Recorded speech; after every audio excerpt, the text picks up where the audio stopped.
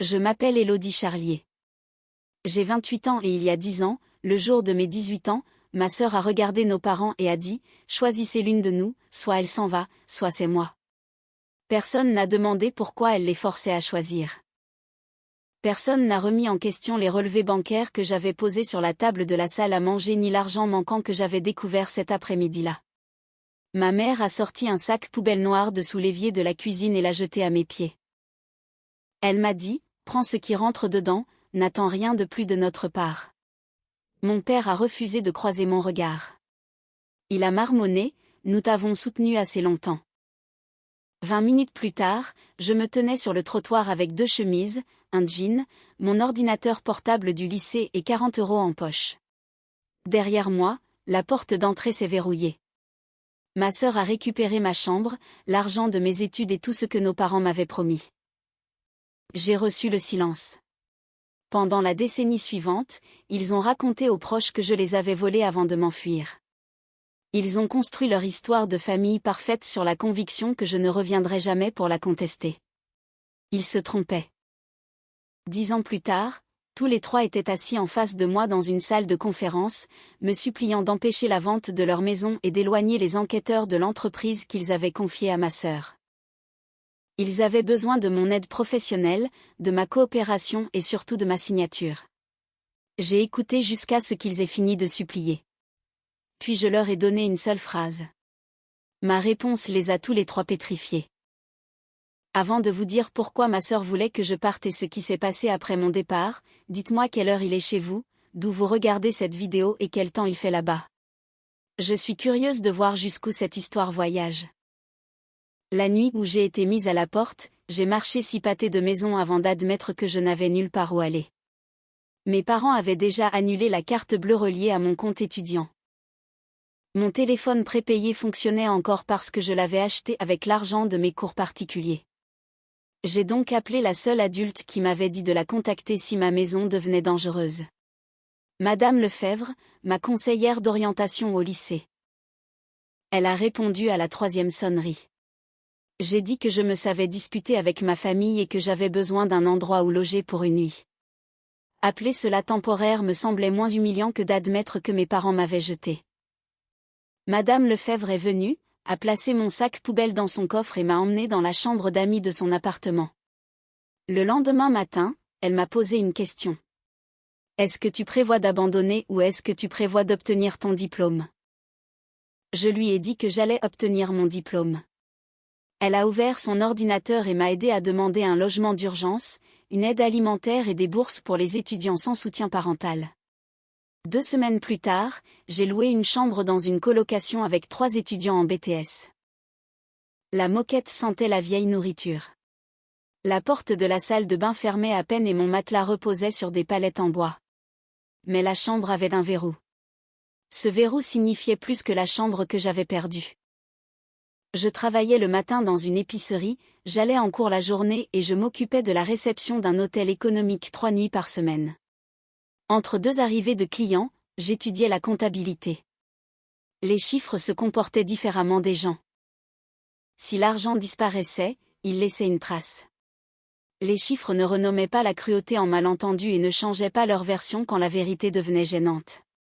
J'ai obtenu mon diplôme 6 semaines plus tard. Aucun de mes parents n'était présent. Madame Lefebvre était assise au 2e rang et a tout pris en photo. Après la cérémonie, elle m'a donné 200 € et une carte qui disait « Construis quelque chose que personne ne pourra te prendre ». Je l'ai gardée. Je me suis inscrite à l'IUT de Lyon, puis j'ai été transférée à l'Université de Lyon avec une bourse d'excellence. Là-bas, j'ai rencontré Romane, une autre étudiante qui jonglait entre les cours et 2 emplois. Romane était pragmatique et ne se laissait pas impressionner par les excuses. Quand je lui ai dit pourquoi je n'avais aucun contact avec ma famille, elle ne m'a pas dit que les parents voulaient toujours bien faire. Elle a dit, ils ont pris une décision, tu as le droit d'en prendre une aussi. Nous sommes devenus colocataires et meilleurs amis. Elle étudiait les systèmes d'information tandis que je me spécialisais en comptabilité et en examen de fraude. Nous survissions avec des produits en promotion, réparions nos propres meubles et fêtions nos grandes réussites avec des crêpes à minuit. Lors de mon premier stage dans un cabinet d'audit régional, j'ai trouvé des paiements en double cachés sous des noms de sociétés légèrement différents. La découverte a permis aux clients d'économiser près de 75 000 euros. Après mes études, j'ai déménagé à Paris et j'ai rejoint le cabinet Conseil Vigilance, qui gérait les fraudes internes, les entreprises en difficulté et les litiges financiers. Je travaillais plus dur que tout le monde autour de moi parce que l'échec ne signifiait pas retourner dans ma maison d'enfance. Il n'y avait aucune maison qui m'attendait. À 27 ans, j'étais la plus jeune responsable de comptabilité judiciaire du cabinet. Je possédais un appartement de 2 pièces et j'avais assez d'économies pour couvrir une année de dépenses. Ma famille restait absente, mais leur histoire circulait par les proches. Selon eux, j'avais volé de l'argent, refusé de faire des études et disparu. Ma sœur, Margot, prétendait avoir essayé à plusieurs reprises de se réconcilier avec moi. En réalité, son seul message en 10 ans était un vœu d'anniversaire générique envoyé avec 3 ans de retard. J'aurais pu les dénoncer, mais j'ai choisi la distance. Je pensais que devenir inatteignable suffisait. Puis, un mardi matin d'octobre, un courriel est apparu dans ma boîte de réception professionnelle. L'objet disait « Urgent, la maison ». L'expéditeur était Margot. En pièces jointes se trouvaient des documents de prêt, un avis de défaut de paiement et une photo de nos parents assis à la même table de salle à manger où ils m'avaient abandonné. Son message ne contenait aucune excuse et aucune question sur ma vie. Maman et papa pourraient tout perdre. Ton nom figure sur un vieux document de propriété, nous avons donc besoin que tu reviennes pour régler cela. Disant sans demander si j'étais en vie, et soudain il se souvenait exactement où me trouver. Était-ce du regret ou du désespoir? Je n'ai pas répondu immédiatement. J'ai téléchargé chaque pièce jointe, enregistré le courriel original de Margot et créé un dossier crypté. L'avis de défaut montrait que Charlier Services Immobiliers, la société de gestion de mes parents, devait plus de 650 000 euros à la Banque Populaire. La dette était garantie par leur bureau, leur maison près de Lyon et un entrepôt commercial ayant appartenu à mon grand-père. Selon les dossiers, l'entrepôt avait été entièrement transféré à Margot 10 ans plus tôt. Puis j'ai trouvé un document intitulé Renonciation du bénéficiaire et autorisation de transfert. Il prétendait que j'avais volontairement renoncé à ma part de 25% dans l'entrepôt le jour de mes 18 ans. La signature ressemblait à la mienne, mais ce n'était pas la mienne. La boucle du avait été copiée à partir de formulaires scolaires, mais l'angle était mauvais et mon initiale centrale était écrite dans un style que je n'avais jamais utilisé.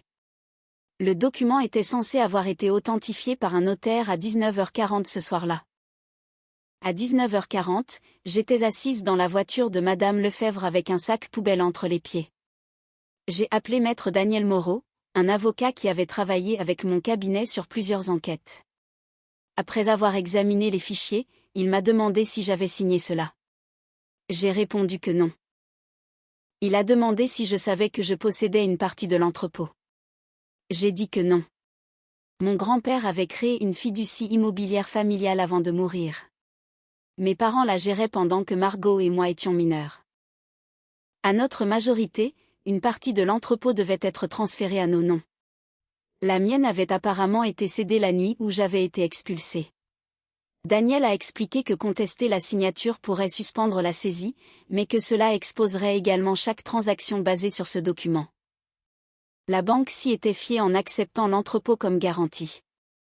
J'ai écrit à Margot depuis mon adresse personnelle.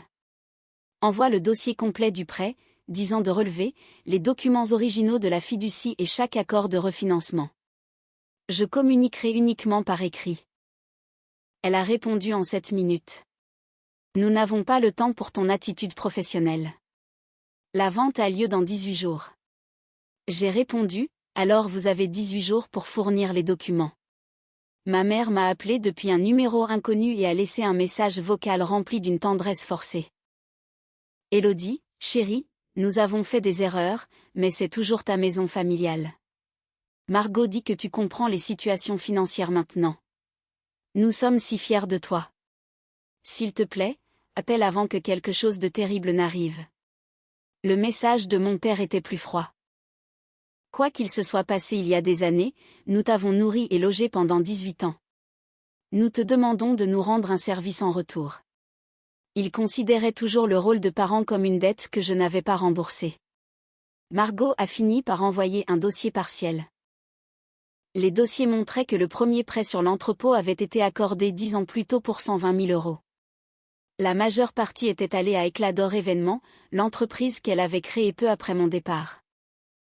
Des prêts ultérieurs avaient financé la rénovation d'un bureau, un véhicule de luxe, des contrats de marketing et des événements coûteux qui produisaient peu de bénéfices. Quand l'entreprise a commencé à péricliter, mes parents ont refinancé l'entrepôt, emprunté sur leur maison, vidé leurs économies et retiré de l'argent de la retraite de mon père. Chaque nouveau prêt couvrait le précédent tout en fournissant plus de liquidités à Margot.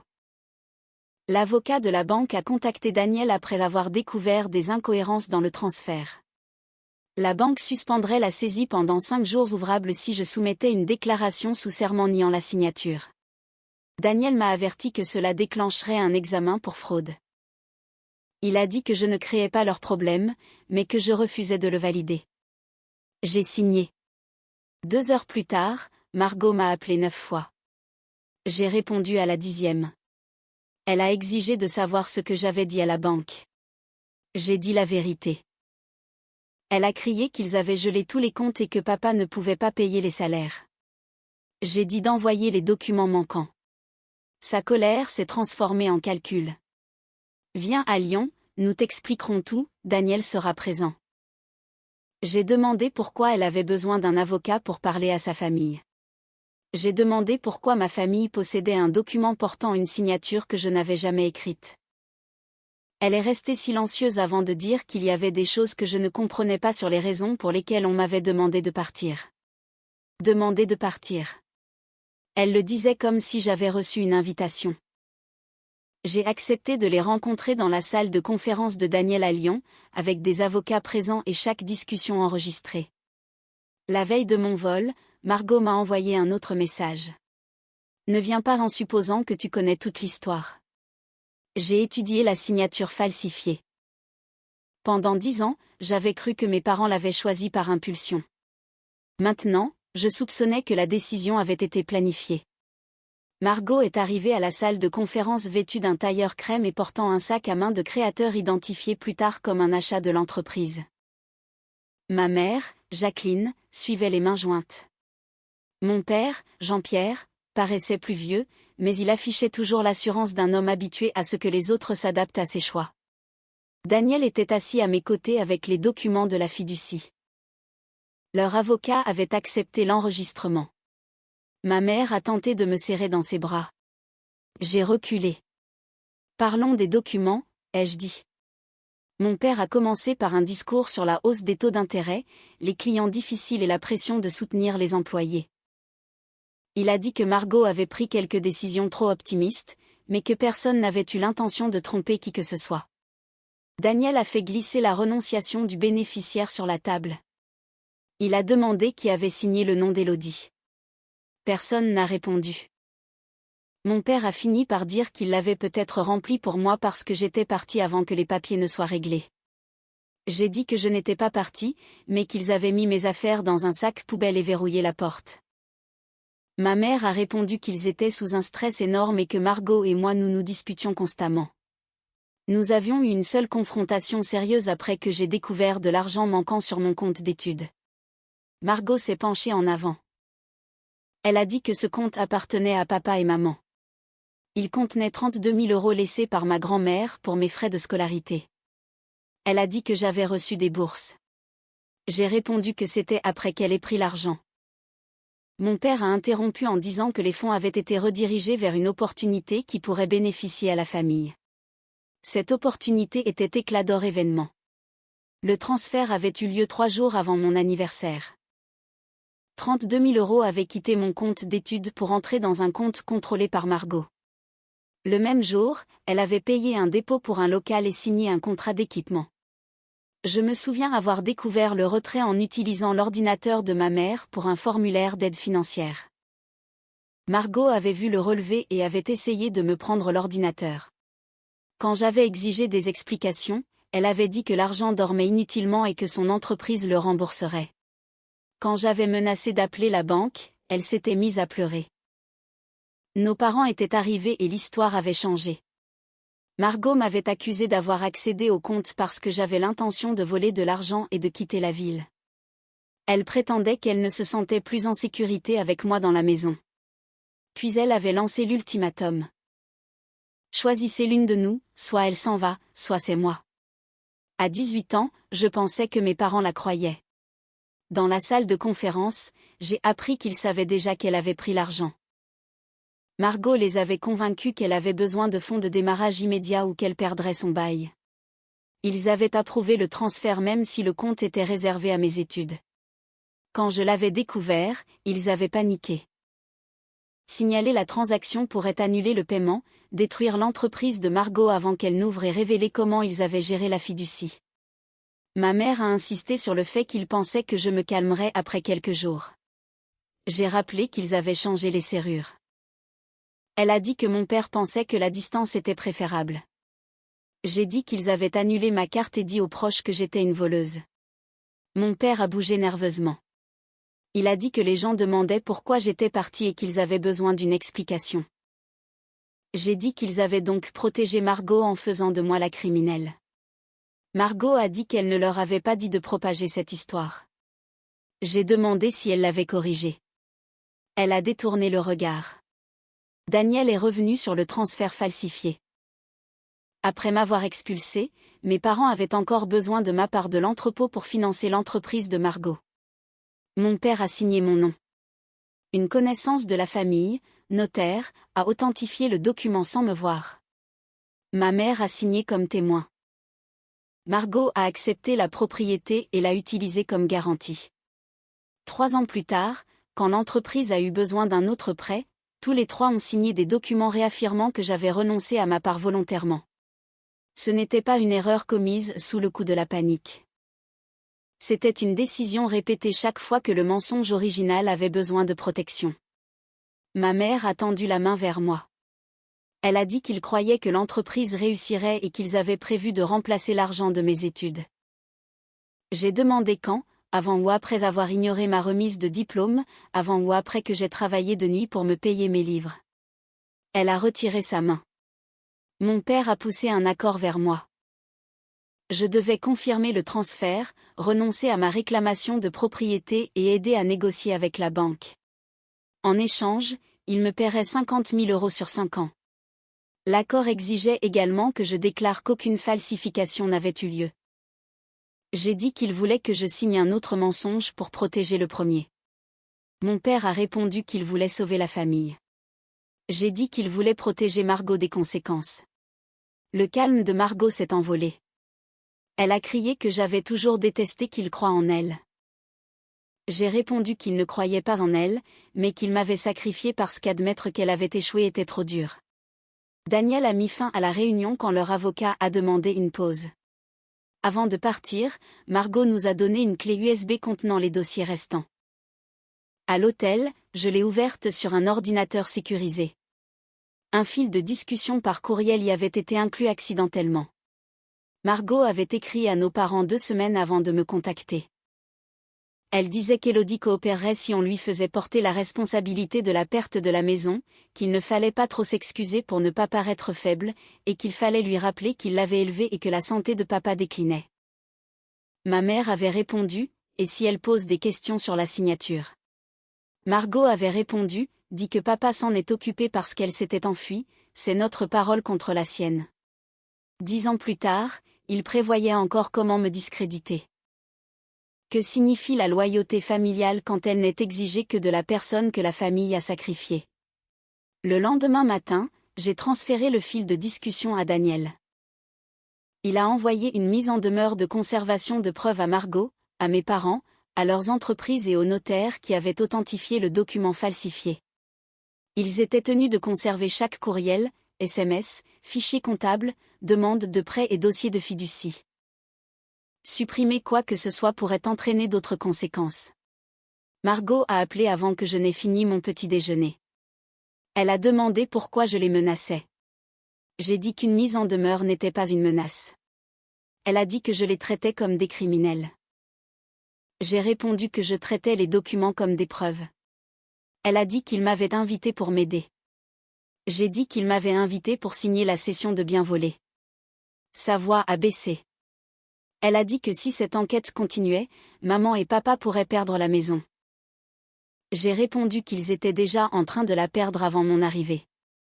Elle a dit que je pouvais l'arrêter. J'ai dit pas en mentant. Le notaire, Paul Dubois, a d'abord prétendu qu'il ne se souvenait pas de la transaction. Daniel a envoyé à son avocat le numéro du document et l'entrée du registre. Ma prétendue signature n'avait aucun numéro d'identification, aucune adresse et aucune empreinte, alors que les entrées voisines étaient complètes. Dubois a fini par admettre que mon père lui avait apporté le formulaire après que j'ai été mise dehors. Jean-Pierre prétendait que je voyageais et que je l'avais autorisé à signer. Dubois savait que signer pour une personne absente était illégal, mais il voulait aider la famille à obtenir le prêt. Ma mère l'avait appelé plus tard pour le remercier d'avoir préservé l'avenir de Margot. Ma chronologie était plus solide. Madame Lefebvre avait encore l'entrée du calendrier de la nuit où elle était venue me chercher.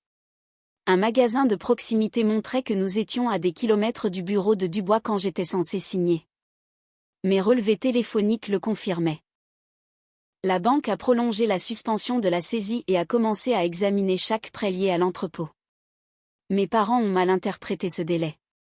Ma mère m'a envoyé un SMS disant « Merci de nous aider, nous savions que tu ne laisserais pas ta famille se retrouver à la rue. » Je n'ai pas répondu. L'enquête a découvert une deuxième confirmation falsifiée créée 3 ans après mon départ. Elle a également trouvé des états de revenus gonflés, des fournisseurs liés à l'assistant de Margot et des paiements de l'entreprise vers des cartes de crédit personnelles, des voyages et des rénovations d'appartements. Mes parents avaient signé plusieurs demandes de prêt. On ne savait pas s'ils comprenaient chaque faux chiffre, mais ils savaient que l'entrepôt n'avait jamais appartenu entièrement à Margot. Le cabinet Conseil Vigilance m'a temporairement retiré des dossiers impliquant la Banque Populaire pour éviter les conflits d'intérêts. Margot a interprété cela comme une faiblesse et a envoyé un courriel à ma directrice associée, m'accusant d'utiliser des informations confidentielles pour l'extorquer. Elle m'a traité d'instable, de jalouse et d'obsédée par l'idée de ruiner une femme d'affaires accomplie. Ma directrice, Madame Ward, m'a demandé mes dossiers. Je lui ai montré la fiducie, la signature falsifiée, les relevés bancaires et le plan de manipulation de Margot. Madame Ward a lu les documents et a dit que ma sœur venait de fournir une preuve de représailles. Le service juridique du cabinet a ordonné à Margot d'arrêter de contacter mon employeur. Son courriel a été conservé. Pour une fois, pleurer et lancer un ultimatum ne pouvaient pas m'écarter de la pièce. Daniel a rédigé un accord de règlement. J'éviterais de demander des dommages-intérêts punitifs si ma famille rétablissait mes droits de propriété, admettait la falsification par écrit, coopérait avec la banque et utilisait la vente de l'entrepôt pour rembourser la dette. Mon fonds d'études, ajusté selon la croissance probable, serait remboursé sur les bénéfices restants. Je n'ai pas exigé leur maison. Le plan permettait à la banque d'envisager de la libérer après la vente de l'entrepôt et des actifs de l'entreprise. Mes parents perdraient la société et une grande partie de leurs économies, mais pourraient conserver leur résidence. Margot devrait céder Éclat d'Or Événements, son véhicule et ses droits sur l'entrepôt.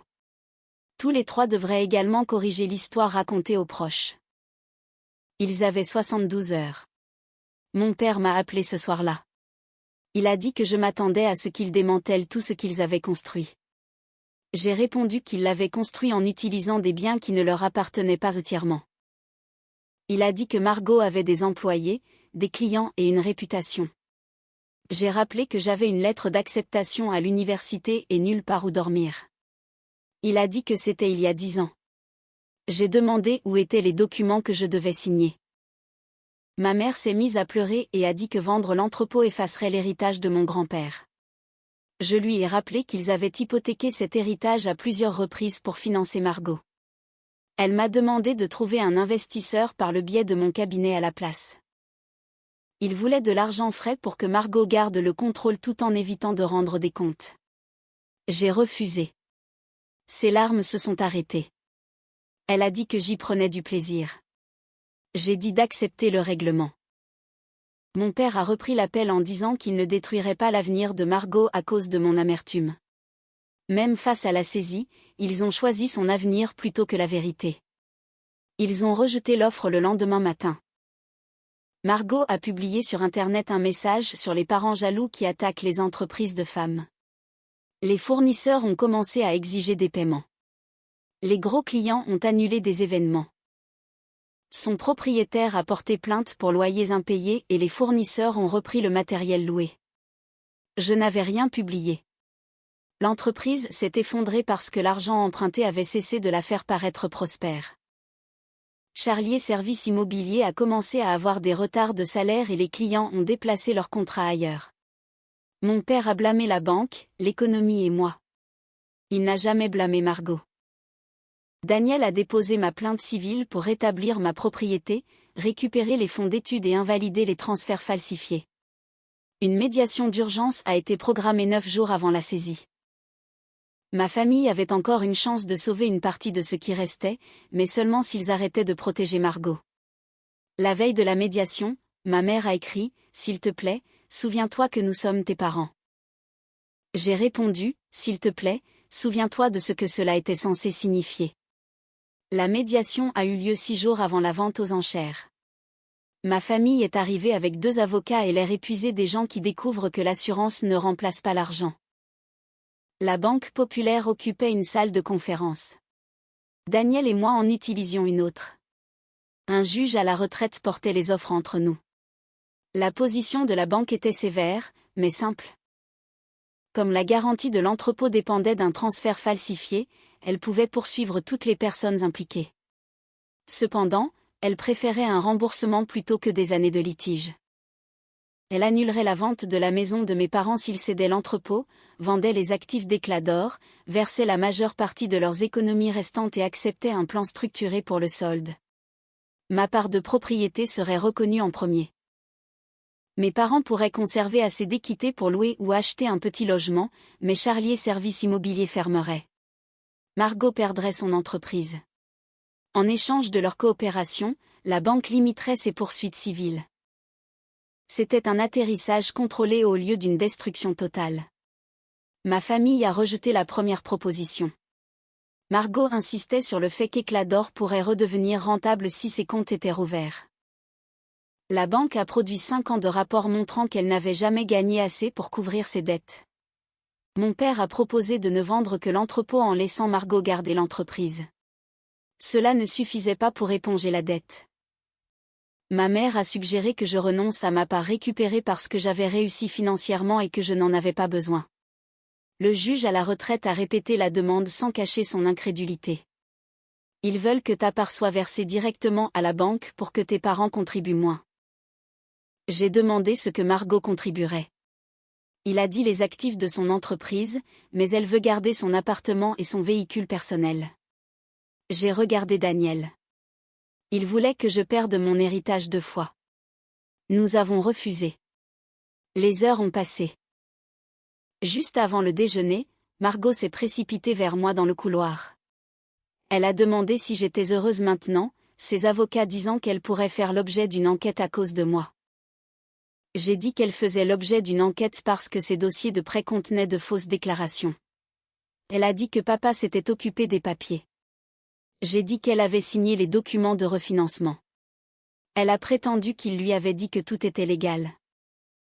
J'ai dit que les courriels la montraient en train de discuter de mon éviction. Son expression a changé. Elle ne savait pas que nous les avions. Elle a crié que j'avais fouillé dans ses messages privés. J'ai dit qu'ils étaient dans l'archive qu'elle m'avait envoyée. Elle a dit que je n'en avais pas le droit. J'ai dit que mon nom était sur les documents. Margot a baissé la voix et a dit que je me prenais toujours pour quelqu'un de mieux qu'elle, avec mes meilleures notes, mes bourses et les professeurs qui me louaient. Elle a dit qu'elle avait besoin d'une chose qui soit à elle. J'ai demandé si c'était pour cela qu'elle avait pris mon argent pour l'université. Elle a dit qu'elle l'avait emprunté. J'ai dit qu'elle ne l'avait jamais remboursé. Elle a dit que l'entreprise était censée réussir. J'ai dit que quand cela avait échoué, elle avait emprunté sur mes biens. Elle a croisé les bras et a dit que j'avais survécu, que partir était peut-être la meilleure chose qui me soit arrivée. Cette phrase a effacé mes derniers doutes. Elle pensait que ma survie justifiait ses actes. J'ai dit que j'avais réussi malgré ce qu'elle avait fait, et qu'elle n'obtiendrait aucun crédit pour les dommages que j'avais surmontés. La proposition finale de la banque est arrivée cet après-midi-là. Mes parents ne pouvaient garder leur maison qu'en versant presque toutes leurs économies, tandis que Margot devait céder les actifs de son entreprise et l'équité de son appartement. Sinon, la banque procéderait à la saisie et étendrait ses poursuites. Ma famille a demandé à me parler directement. Tous les avocats sont restés présents. Ma mère me regardait avec les yeux gonflés.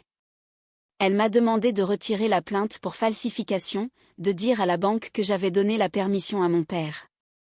Elle a dit qu'une fois les comptes rouverts, il pourrait reconstruire et me rembourser.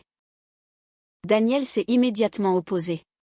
Mon père a levé les mains en disant que les familles géraient les papiers de manière informelle.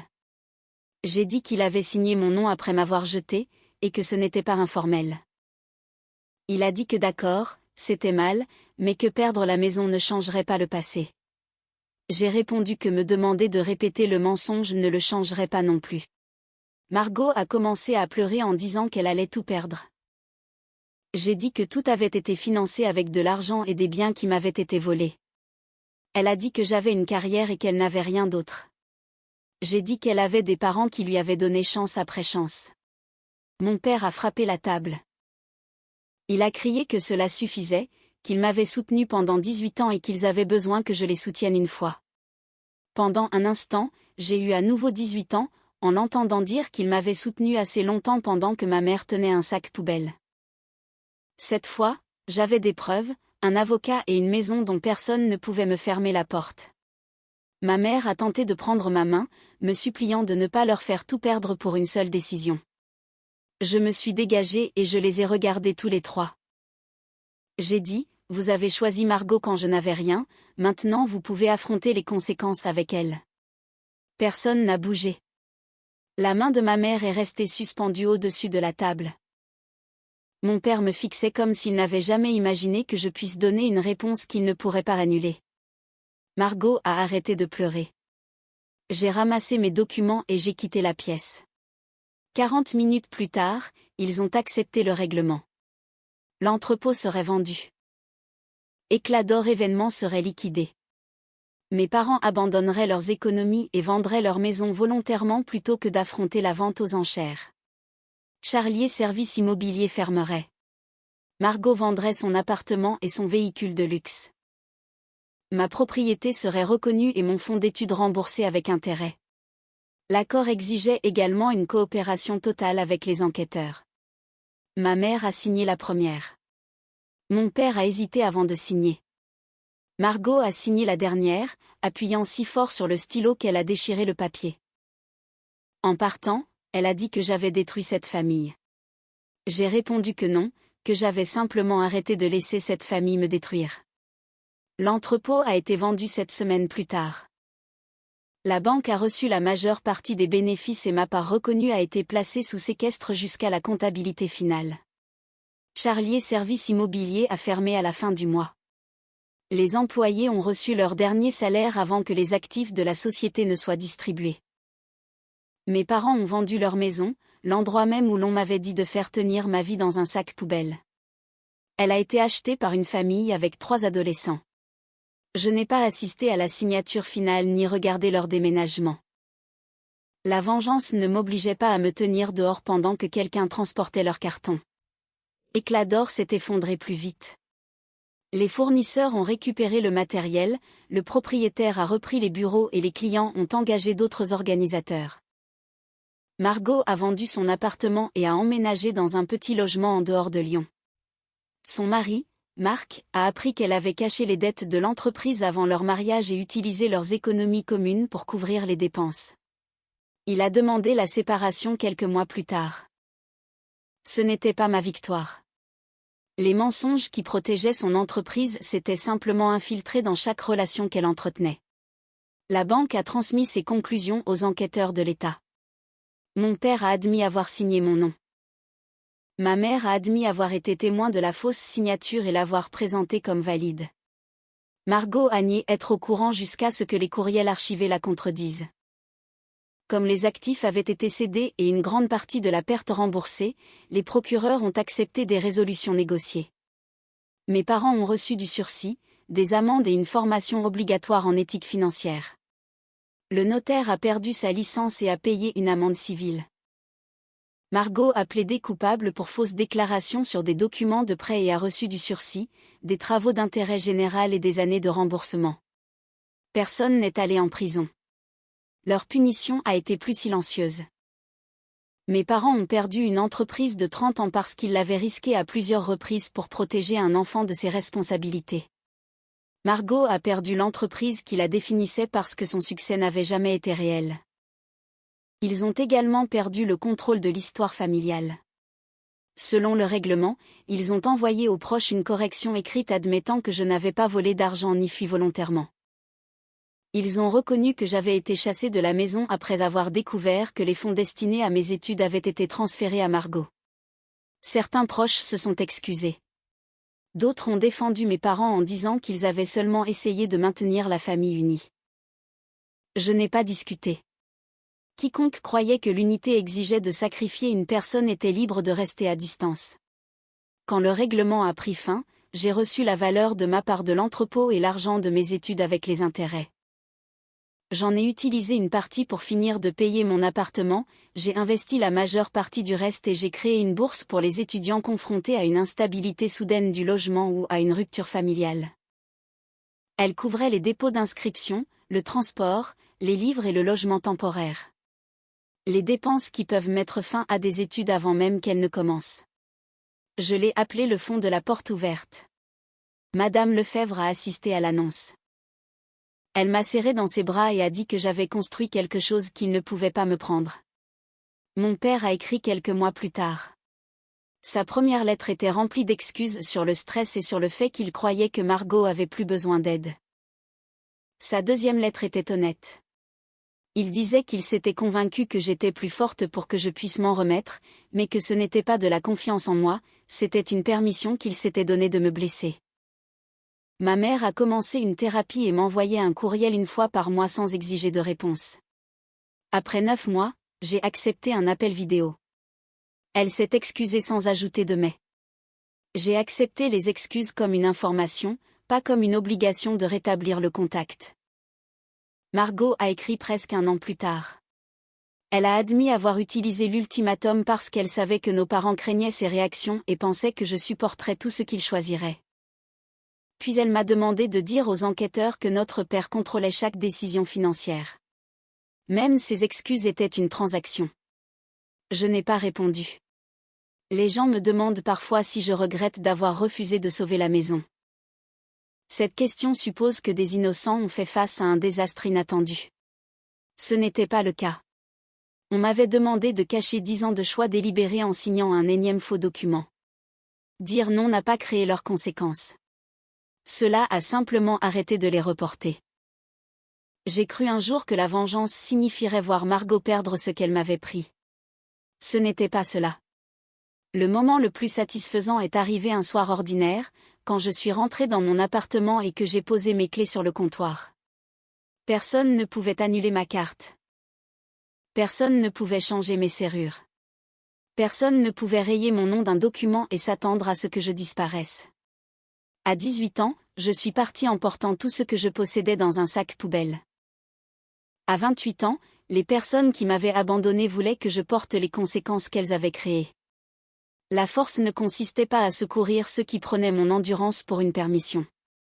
Elle consistait à poser ce qui ne m'avait jamais appartenu. Ma sœur a forcé nos parents à choisir entre nous. Ils ont fait leur choix. 10 ans plus tard, j'ai fait le mien. Cette histoire nous rappelle avec force que la loyauté familiale ne doit jamais servir de couverture à l'abus de pouvoir ou à la manipulation financière. Élodie nous montre qu'il est possible de se reconstruire à partir de rien, mais surtout que le pardon ne signifie pas nécessairement le retour au silence ou l'acceptation de nouvelles injustices. En refusant de signer ce document final, elle n'a pas seulement protégé sa carrière, elle a validé sa propre existence et ses droits. Il est fascinant de voir comment la vérité finit toujours par laisser une trace, surtout lorsqu'elle est inscrite dans des chiffres et des registres que personne ne peut effacer. C'est une leçon sur l'importance de fixer des limites saines, même envers ceux qui nous ont donné la vie. La véritable force réside parfois dans le refus de porter un fardeau qui n'est pas le nôtre. Et vous, qu'en pensez-vous? Auriez-vous agi de la même manière qu'Élodie en laissant les conséquences juridiques s'abattre sur sa famille, ou auriez-vous tenté de sauver la maison malgré les mensonges passés? Avez-vous déjà vécu une situation où vous avez dû choisir entre votre propre sécurité et celle de proches toxiques? Partagez votre avis et votre expérience dans les commentaires, cela m'intéresse beaucoup.